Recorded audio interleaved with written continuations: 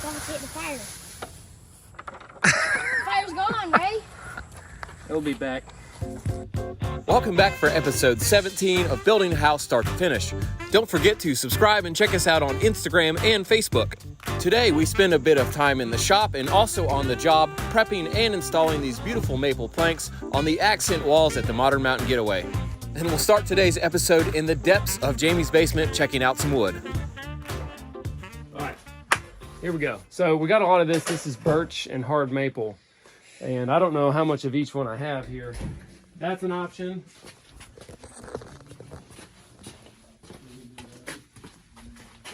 Or this is all soft maple.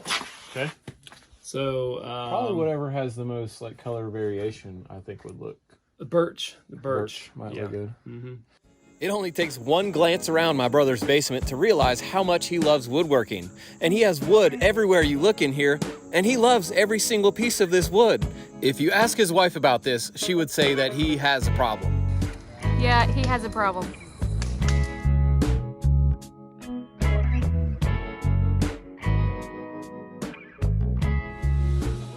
The material we're using for our project today is rough. It has no straight edge, so we need to rip one good straight edge on each board, and Jamie has been building an extra large track saw for this very reason. Here's a link to the video about it.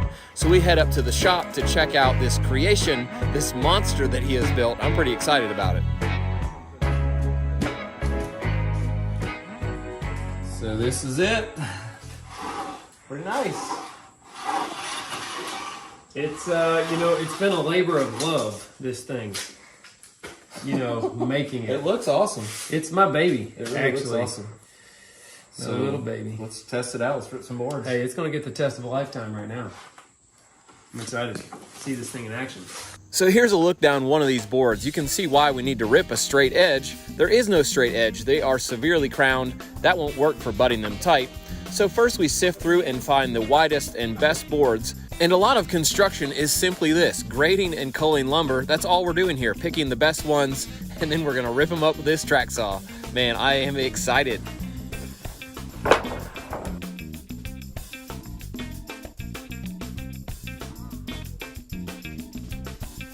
So it's gonna leave 3/4. Okay. So you need to have a minimum 3/4. An inch basically. So this track does not clamp down, it just sits on the piece of wood. It has foam on the bottom to give it a little more friction, and then we just measure 1 inch on each end and then rip down the board to get a nice straight edge. In case you're wondering why we're not using a table saw, it would not do the same thing. You have to have at least one good straight edge to ride against the fence of a table saw to cut the other edge straight. And that's what we're doing right now, is making the first straight edge on this piece of wood.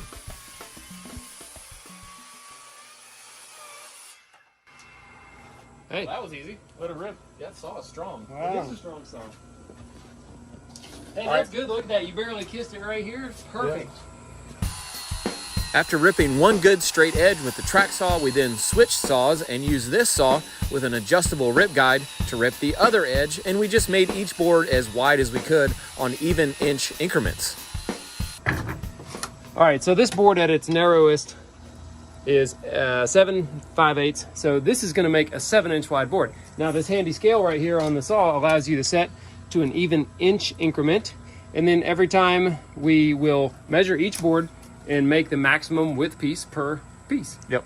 So instead of doing the table saw, Yeah, after we rip a straight edge, That's right. we're doing this guy, just so we can stay outside and It's not make outside. a mess. That's right. It's pretty fast. And so- yeah, I was gonna say. Hey, let her rip, Jason. Yeah. There's one. One down, 400 to go. Sweet. Now let's do a little math here real quick, okay? This is the thing. You know how many square feet we need to make, but 288. okay. Now we need to know how many feet does each board cover.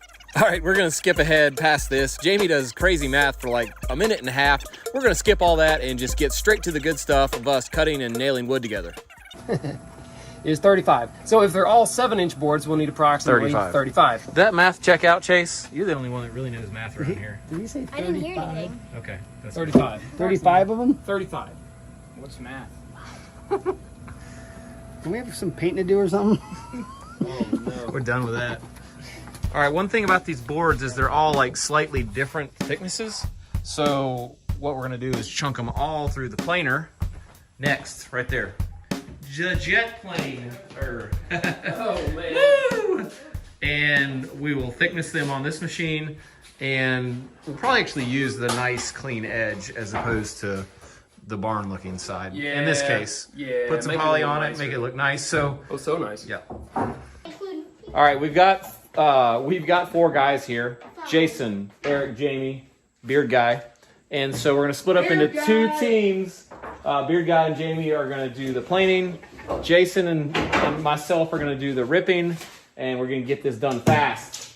Did I mention, I don't think I did mention yet, that Jason and Ray were trying to start their own YouTube channel called Ray and Jay's Builder Buddies.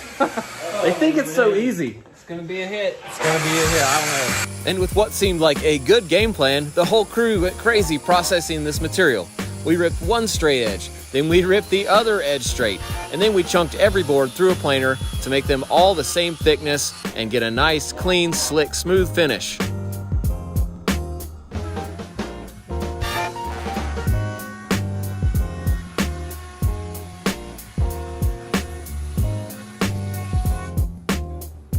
Chase volunteered to be our waste management foreman for the day, and he burned all of our scraps in a campfire.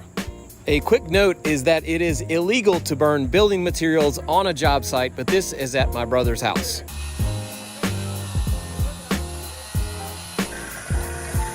All right, I got this awesome container here I got at the hospital. This awesome cup from the hospital. That's a urine cup. So how did Golden Boy get the inside job? I don't know. It's like 20 degrees cooler in there. Teacher's pet, working with Jamie all the time. It's sickening. Whatever, Beard Boy. It's because you got so much fur on your face.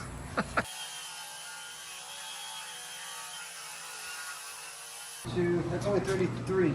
It's 33 boards. Let's talk about the dust collection system here from the planer. That's number 6 barrels so far of chips from the planer. And that's, what, a 25-gallon barrel? I don't know. I would say 35. 35, so I don't know, do the math. That's a lot of wood chips. Once we had all of the boards processed, Jamie took a hand plane and broke the edges to make them nice and round. This looks better and holds finish better. And he loves doing it. Yeah.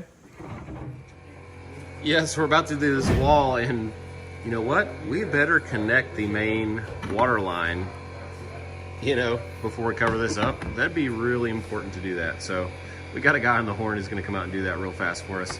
We'll cover this all up with our wood. And with that major disaster avoided, we started chopping up this wood. Some of the ends really need chopped off. You can see this huge split, and we started installing it on the walls. We get to use some of the finer woodworking tools that I've been missing so dearly, like the Jap saw, and this is a fun one here. This stairway wall is one of the 3 walls in the home that has this wood accent, and we chose this one because I thought it would look awesome to have a wood wall coming up underneath these wood treads and risers so that this whole portion of the house would look like it's built out of this maple wood. It'd be a really nice accent.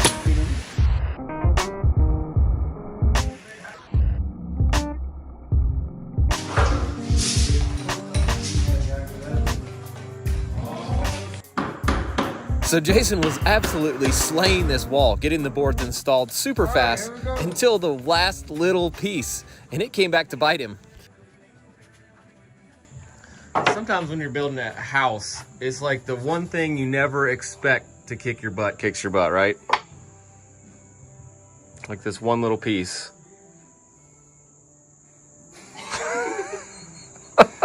Dude, I'm seriously gonna slam you if you don't get something out of my Oh man. But after a quick break to smack our saw with a hammer, Jason was feeling a lot better. With a couple cups of afternoon coffee, we were able to finish up this accent wall in the master bedroom as well, and now we're ready for Arlo to go crazy with his sander. So you know how like every orbital sander you use, that the middle of the pad gets everything stuck on it? Yep. So this one, the Festool blows air out the middle, Okay. which blows the dust over to the edges where it's picked up.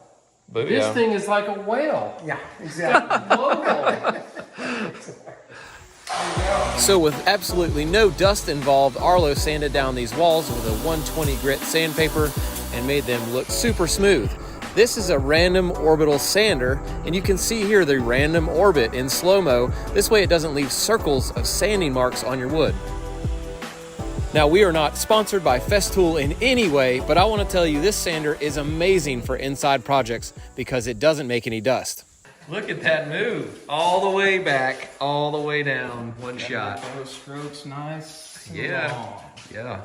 This is what we're using on these wood accent walls, polyacrylic, and it's a water-based satin clear finish polyurethane. I like the water-based, I like the satin, I like everything about it, but it's like $63 a gallon. That's the only bad thing. We're doing 2 coats on this. You probably can't see it through this camera, but after the first coat, it's still got to get sanded because that stuff raises the grain, is what I like to call it. And if you don't sand it lightly, it's not smooth. So 2 coats of poly going on. That's 1 coat there. Ray's doing the 2nd coat here. You can see it just looks a lot more finished with the 2 coats.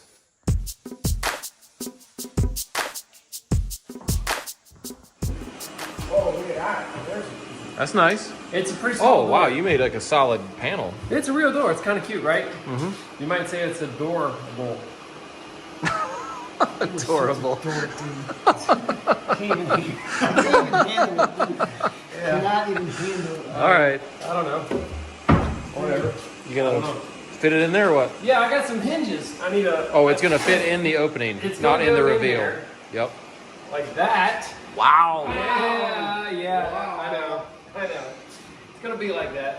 That's how it's gonna be. Hinges. I need to get a little cabinet knob handle, something like that. Super fancy. Oh yeah.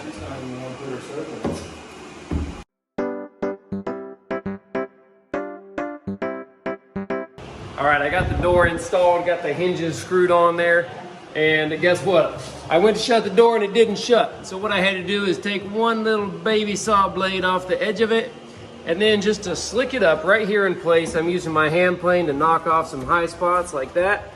Kind of hit and miss skipping, that's because it's taking high spots. And then I can very easily take this edge off right here and just make it nice and rounded again because it is so sharp. Let me get a good little curl going here for you. I'm doing a lot of up down with this camera right now. Up, down, up, down. There we go. That's getting it. Now I like it. Here's just a few of the video clips from Jamie building this door in his shop, and there's an entirely separate video just on the building of this door that has some great woodworking techniques in it. You should check that out. There's a link above. Yo, J-Mo, hey, we need that camera stand. Yep, I'm coming with it. I'm coming with it, yep. What in the world is that? This is my camera stand. It's really fancy. It does way more than hold cameras, though. It holds clamps and stuff. So here, the phone goes right here. This is it. But hey, check this out, look. So I got it rigged up right there. See, a couple clamps. Clamp that, clamp this, clamp the camera. What else could you want? And that's it for episode 17. Thanks for watching as always. Please remember to subscribe and give this video a thumbs up if you enjoyed it. That really does help us out. Hope you guys have a great week. We'll see you next time.